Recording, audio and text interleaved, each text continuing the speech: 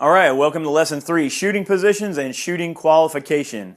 The learning objectives of this lesson: demonstrate the learning steps to assume the bench rest position and shoot from the bench rest position.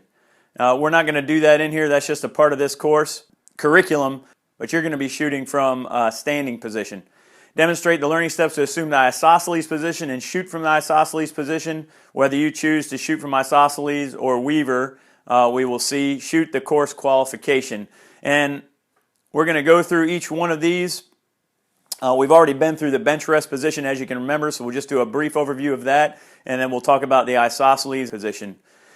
All right, so at this point we want to go back over the rules for safe gun handling and commit those to memory. Remember, you want to remember those not just for this course, but definitely you want to remember them for the rest of your life. So long as you deal with firearms or carry a firearm, you cannot be safe enough. Safety is paramount, and so we want to keep you safe, and we want to be safe not only on the range, but as you go into the world around you with your concealed carry permit. You want to make sure you know these rules backward and forward and that you practice them and put them into practice. So please, let's go over them again. Commit them to memory. Always keep the gun pointed in a safe direction. Keep your finger off the trigger until ready to shoot. And always keep the gun unloaded until ready to use. And so those are our 3 rules for safe gun handling when you come to the range. And when we get together for the second portion of this course, definitely we're going to want to make sure that all of us practice these 3 rules of gun safety. And so those are our rules for safe gun handling. Commit them to memory.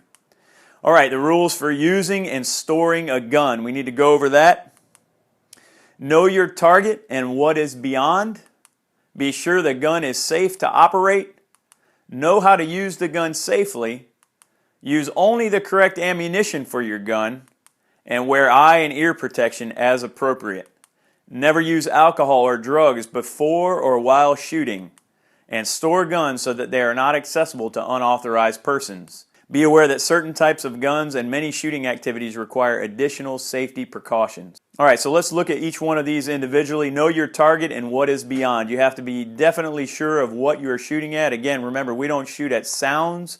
We don't shoot at shadows. We don't shoot at what we think something might be. We only shoot at what we have positively identified as the target, whether that's in training or in a real-life critical incident. You do not shoot at something that you can't identify as your actual target. Be sure the gun is safe to operate, and this should take place before you actually operate the gun in any case, whether you're on the range or whether you're in real life out in a critical dynamic incident. You've already checked your gear before you've left for the day. You've checked your gear before you go to the range, and then you check your gear at the range, and you make sure that that gun is in a safe operating condition. Also, know how to use the gun safely, and that's what this course is about and future training is about. And so you want to make sure that you not only follow the rules of gun safety, but you know your gun backward and forward. You know it intimately. Use only the correct ammunition for your gun, and we talked about that back in Lesson 2, that you want to make sure the box, the gun, and the ammo stamp itself all match up. And so, for instance, if you're shooting a 9mm, it should say 9mm on the box, on the ammo itself, on the case, and on your gun, that gun is using the correct ammunition and that you're putting the correct ammunition in the gun. And then we talked about eye and ear protection as appropriate. You're going to want to bring those to the second portion of this course, but you're always going to want to use those while you're training or you're at the range. Obviously, this is not available to us if we get stuck in a critical dynamic incident, but that is for a brief second, that you always want to wear eye and ear protection. And something to be said about that. Some people say, well, if I'm going to possibly be in a shooting in a critical incident out in town, shouldn't I practice without eye and ear protection so I know what it looks like and sounds like? Absolutely not. That is a terrible idea. Don't do that. Always wear your eye and ear protection so that you can protect those important parts of your body that you're going to need later on in life and right now. Never use alcohol or drugs before or while shooting. And we talked about that as absolute no-no when it comes to concealed carry permit holders. No drugs or alcohols, that your permit will be actually revoked immediately if you're found with drugs or alcohol in your system while carrying your gun. So don't mix those together while training or while carrying your gun. Store guns so that they are not accessible to unauthorized persons, and we talked about it in lesson 1, as you remember, and then we also talked about that in the child access prevention portion of our law portion of the class. You can go back and review those at any time if you need to, but what we want to do is make sure our guns are not accessible to people who are not trained or who are unauthorized for that. And that means when it's not in use and on your person, under your positive control, put it in a safe or a lockbox or some other lockable storage device where no one can get to it, and that only you have access to it or authorized persons have access to it. And so storage of guns that are not in use is super important as far as access for children and unauthorized people. So make sure you store those appropriately. There are so many different types of safes out there. There are wall safes. There are even the new type of safes you hang on the wall and they look like a picture and they have a lock on them to where you can store your gun safely in there and is yet quickly accessible. Same with lock boxes for under the bed, for your nightstand, or just the little fire boxes. Any one of those storage devices you can use to make sure that someone who is not supposed to get to that gun, they cannot get to it at all. All right. Also, be aware that certain types of guns and many shooting activities require additional safety precautions. And so if you're going to go out and shoot high-powered rifles or fully automatic rifles or maybe military-type weapons, you want to make sure of all the additional safety precautions. And then there are shooting activities that require additional safety precautions. And I do want to talk to you about that for a good minute here, so please pay attention to me. This training is not enough. You need to go out and get additional training.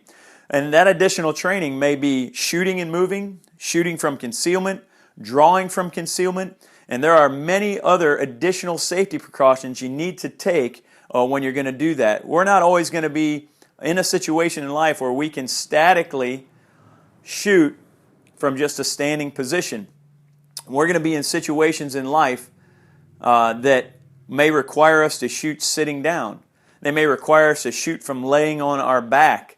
You may be required to shoot from just a walking position or a running position, something like that. And so there are activities that require additional safety precaution. And here's my rule that I would pass on to you.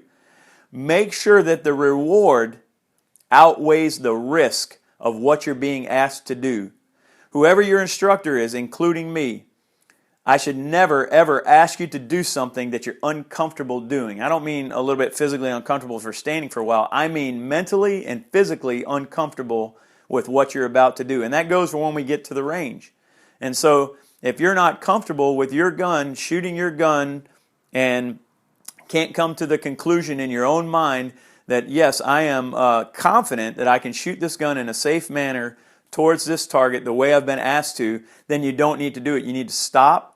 And you need to ask the instructor the appropriate questions, receive more training at that minute or that time to make yourself comfortable with what you're being asked to do. So, for example, if you're entering into a class and you're going to shoot from the prone position, laying on your back, you want to make sure that the risk does not outweigh the reward. In other words, you've walked through that very carefully, and we're going to go through that in a minute with positions and how to do that. But you've walked through it and you understand it mentally and you're able to do that physically. And if there's a question in your mind, I may not be able to do this, don't do it. Get further instruction, wait on it. And a good instructor will never push you or make you do something that you're not comfortable mentally and physically doing, or you don't possess the skill level to do at that point in time. So hopefully that makes sense to you. So just be aware of that as you press on and get future training. But I highly encourage you to get future training, get more training so that you can be prepared for life situations. All right, general range safety rules. We're going to know and obey all the range rules, and you're going to want to know these when you come to the range, and we're going to go over them and again explain those rules to you before you actually shoot your qualification at the range. Know where others are at all times, and we'll make sure you do know that. You're going to be on your own lane, and you're going to be aware of the people around you and where the range officer is and your instructors are. Shoot only at authorized targets, and we will make sure of that. You need to make sure of that in the future, that you don't just pick out random things to shoot at, whether you're at an outdoor range or an indoor range. You only want to shoot at authorized targets. And then stop shooting immediately if you think you have experienced a malfunction. We talked about malfunctions earlier. You may remember a misfire, a hang fire, or a squib load. If you experience any of those malfunctions or any other malfunction with your gun, what we want you to do is stop shooting immediately, and what you'll do is keep your gun pointed downrange and keep it in your strong hand, and you will raise your weak hand, or you'll raise your non-dominant hand and wait for us to assist you. All right, questions or problems on the firing line. So and we'll go over this again when you actually get to the range, but we're going to go over it now so you can know about it. So if you have any questions or problems on the firing line during the range, what you should do is stop firing immediately, just like we did for any of the malfunctions. You're going to keep the gun pointed downrange, and you're going to raise the non-shooting hand to signify there is a problem, and range personnel will provide assistance. And that's just what we talked about with malfunctions, but any questions or problems on the firing line, that's what we want you to do. Stop firing immediately, keep the gun pointed downrange, and raise the non-shooting hand to signify there is a problem, and somebody will provide you assistance. All right, we're going to talk about hygiene, and this is important. You may not have thought about this, but while shooting or cleaning a gun, you don't want to eat or drink or smoke or place your hands close to your mouth in any way, shape, or form, because there are solvents, lead from the cartridges, obviously, and you don't want to inhale any of those chemicals or solvents or lead because they can have an adverse effect on you, on your health. So after shooting or cleaning a gun, wash your hands and face thoroughly with soap and cold water. Change and wash clothing as soon as possible after shooting or cleaning a gun. Something I will mention that you may never have thought about, but lead poisoning is a reality, and it's not so much for us adults, but you may remember back in the day, if you're old enough to remember, that paint had lead in it, and children, it tasted very good for whatever reason, and children would actually peel it off the wall and they would eat it, and they would get lead poisoning from that. And so paint now no longer has lead on it. And lead is being phased out of all kinds of different products because it has been shown to absorb into the skin and to be dangerous. But anyway, lead is a heavy metal, and that will stay on your skin after shooting, and it will stay on your clothing. And so especially if you have little ones, if you have children or even grandchildren and you shoot often, you're going to want to use a lead removal soap. It doesn't wash off with just regular soap and water. And so you're going to want to get, they have lead wipes, or most ranges nowadays, they have lead off. It's a lead cleaning soap. And so you may not have thought about that, but you definitely want to wash your clothing and wash your hands and everything before you eat or you touch anybody, and especially if you handle little children if you shoot a lot. And so be aware of that, just something to be aware of with the hygiene guidelines. All right, range commands. We're going to briefly go over these. Load. The students may load their pistols. And what we mean by load, you're going to have to shoot 12 rounds from each distance. That's 6 feet, 10 feet, and 15 feet at a standard NRA B27 target that I'll show you shortly. And you're going to need to load 6 rounds into a magazine. So you're going to need 2 magazines if you have them. If you only have one, you can just bring one. That's fine. You're going to load 6 rounds into each magazine, and then you're going to insert 1 magazine into your firearm, and you're going to keep that firearm pointed down range, and then you're going to rack the slide and chamber 1 round and keep that gun pointed down range in a safe direction, and you're going to wait on the next command, which will be commence firing. This means students may begin firing when ready, and so you'll be able to shoot all 6 rounds, and then what we want you to do is shoot those first 6 rounds. We want you to keep the gun pointed down range once the slide locks back, if your gun is so equipped. If it's not and you shoot all 6 rounds, you're going to want to drop the magazine, whether your slide locks back or not. You're going to drop that magazine that's empty, and that means to press the magazine release button and pull the magazine out or let it drop down to the table. Then you're going to pick up the other magazine. You're going to insert it into the magazine well. You're going to chamber around. You're going to fire 6 more shots from that same distance. So commence firing means that you'll shoot both magazines, and then when you're done shooting the second one, you will press the slide release again and remove that magazine and put it on the table, and then you'll lay your firearm down in front of you, pointed in a safe direction with the slide locked back on the table. And then cease fire when everybody's done. If you're shooting alone or if you're shooting with a group, if you're shooting alone, you can keep it pointed down range. When you're done firing, you can lay it down, and then we'll call a ceasefire when everybody is done shooting. That means you're not going to pick that gun up anymore and you're not going to fire anymore for that point in time. And that is called by anyone observing an unsafe situation or just to stop all the shooting altogether. And so we'll call a ceasefire when everybody's done or if we observe anything unsafe. But notice, we also want you, if you observe something unsafe by your neighbor, hopefully you won't have to do that. We're going to do that. But if you observe anything unsafe with your situation or your neighbor's situation next to you shooting, you can call a ceasefire and everyone will stop firing immediately. Shooters take the finger off the trigger at that point. They keep the gun pointed in a safe direction and wait for instructions from the range officer. So these are your range commands: load, commence firing, and cease firing. And you'll hear each one of those in that sequence. Unless something is observed that's unsafe, you may hear a ceasefire at any point in time. And when you do that, you take your finger off the trigger, keep the gun pointed in a safe direction, and wait for instructions from the range officers. And again, we will go over these commands with you during the second portion of this class, our short portion at the range together. And so don't worry about that. Do commit them to memory as best you can, and then you'll know them when we get there.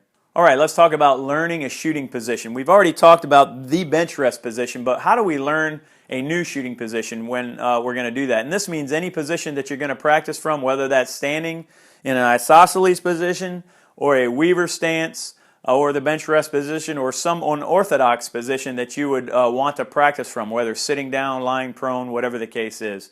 The first thing you want to do is study the shooting position. And so you want to look at that position and you want to make sure you know visually what's expected. Hey, where are my arms? Where is my torso? Where is my lower body? And how am I standing or how am I sitting or what am I doing? We study that position. And then we practice the position without a pistol. And so what you'll want to do is you say, okay, I'm studying the isosceles position. I want to study that. I did that. Now I want to practice it. And so I want to get my feet shoulder width apart. I want to have my knees just slightly bent. I want to stand with my torso erect, maybe with just a little crouch. And I want to extend my arms straight out. Notice I'm practicing without the pistol. And I want to get my arms straight out. And I want to keep my head and my neck erect. And now I'm standing in the isosceles position. So I'm practicing it without a pistol. I've studied it and then I've practiced it without the gun. Then I want to practice the position with an unloaded pistol or a training firearm. And so I'll demonstrate with a blue gun.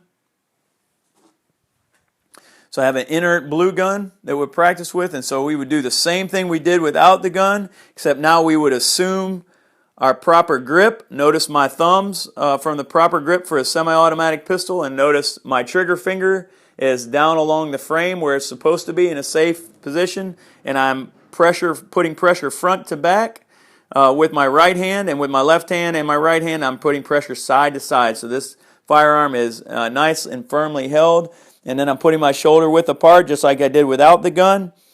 Slight bend in my knees. And then I'm extending outward, and I'm also now including picking up my sights. I'm looking for sight alignment and sight picture if I have a target. And I'm practicing now with the unloaded gun. So after you practice with an unloaded pistol, then you'll progress to align the pistol with the target. And so you'll add a target into it. Just like you said, if we had a target, we would align the sights with the target and practice that. And so now using a revolver to show you how that would be done, you have gone through, assuming you have gone through all those steps with the revolver. This is just an airsoft replica revolver. I would do the same exact thing. I'd get my position and I would make sure the revolver is not loaded at all. I would make sure it has absolutely no ammo and there's no ammo next to me or in the room with me. I would assume the proper grip, and it would change with the revolver to where my strong hand thumb is now down around the grip. It's not upward like the semi-automatic, but it's downward, down around the grip. And my hand, as it comes around and cradles, that top thumb is going to go over the top of the pistol. And what I'm going to do is extend out. I'm going to pick up my sights. I'm going to cock the hammer, and I'm going to dry fire that pistol, practicing breath control, hold control, aiming, sight alignment and sight picture, and trigger control. and I'm dry firing that pistol so that I can pick up this position and say, yes, I feel mentally and physically comfortable shooting from this position. And so that's how you dry fire the pistol at the target. And then you would actually do live fire. You would go get your ammunition and you would head to the range if you were not doing this at the range, and then you would go and do your live fire at the targets, and you would actually shoot at the live targets. And then you would refine your position as necessary. And so you've walked through this entire learning of a shooting position, and you've done it slowly and carefully, assessing yourself, maybe having other people or your instructor assess you, and then as you get to the range and you see how your live shots work out on the target, if you don't need any refinement, you're shooting on target, you're hitting the bullseye or you're hitting inside the silhouette the way you want to, or the steel targets or whatever you're shooting, you've done everything well and you're shooting well. There's no refinement necessary at that point, but chances are you always can refine. We never actually hit Robin Hood the bullets one after the other, so you make adjustments as necessary for your shooting. All right, now position. A position is the platform from which all the shooting fundamentals are executed.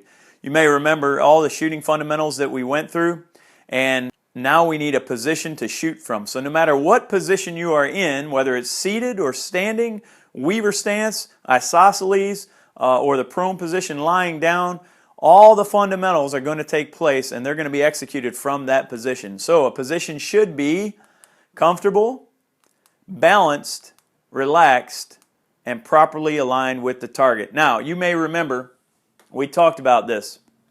In a self-defense situation or a critical dynamic incident, you may be very uncomfortable, you may be very off-balanced, and you may be not relaxed at all. In fact, you probably won't be. And then hopefully you'll do your very best to be properly aligned with the target. And so when we practice, we want to make sure we practice and we're comfortable, balanced, relaxed, and properly aligned with the target. But also realize when you're practicing in real life, those things probably aren't going to take place. But definitely practice from this situation and then go into training environments where you can introduce some levels of uncomfort, unbalanced, unrelaxed, but always try to maintain proper alignment with the target.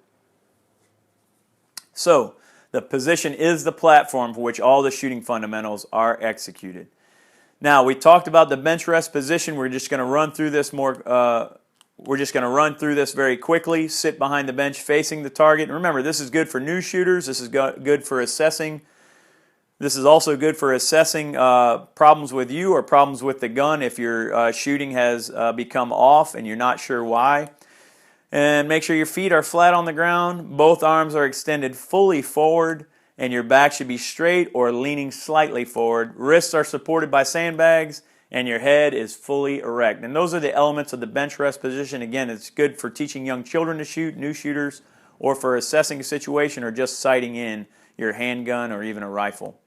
All right, now let's look at the elements of the isosceles shooting position. This is the position I suggest you shoot from when you shoot your course qualification. At the short portion of this course at the range, but you can also use the weaver stance, and the weaver stance we'll go over in just a second. But let's look at the elements of the isosceles shooting position. Notice the pistol is held with a proper grip, our two-handed grip. We want to assume our proper two-handed grip. If you don't remember how to do that, let me show you again with this blue gun. With your weak hand, you're going to hand it to your strong hand, or your non-dominant hand hands it to your dominant hand, and then you assume a proper one-handed grip. And then your second hand or your non-dominant hand comes in and it wraps around the fingers on the grip.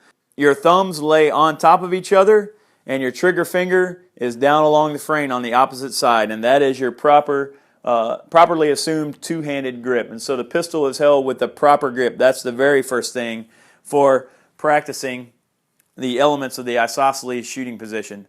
As I mentioned before, your feet are shoulder width apart. Your weight should be evenly distributed.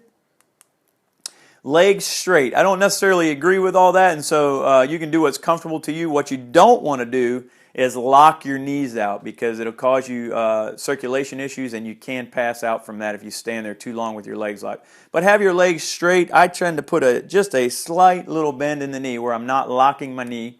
And then your back straight and you're leaning slightly forward. And so we just have a slightly forward position. You've got your proper grip, feet shoulder width apart, knees slightly bent, and you're leaning slightly forward into it. It doesn't have to be this super hunched over, although some people do shoot like that, but just a slight forward bend. What you want to prevent is your weight from rocking you backwards, or for when you're dealing with recoil management as you shoot that gun, you don't want it to throw you off balance as you fire that gun.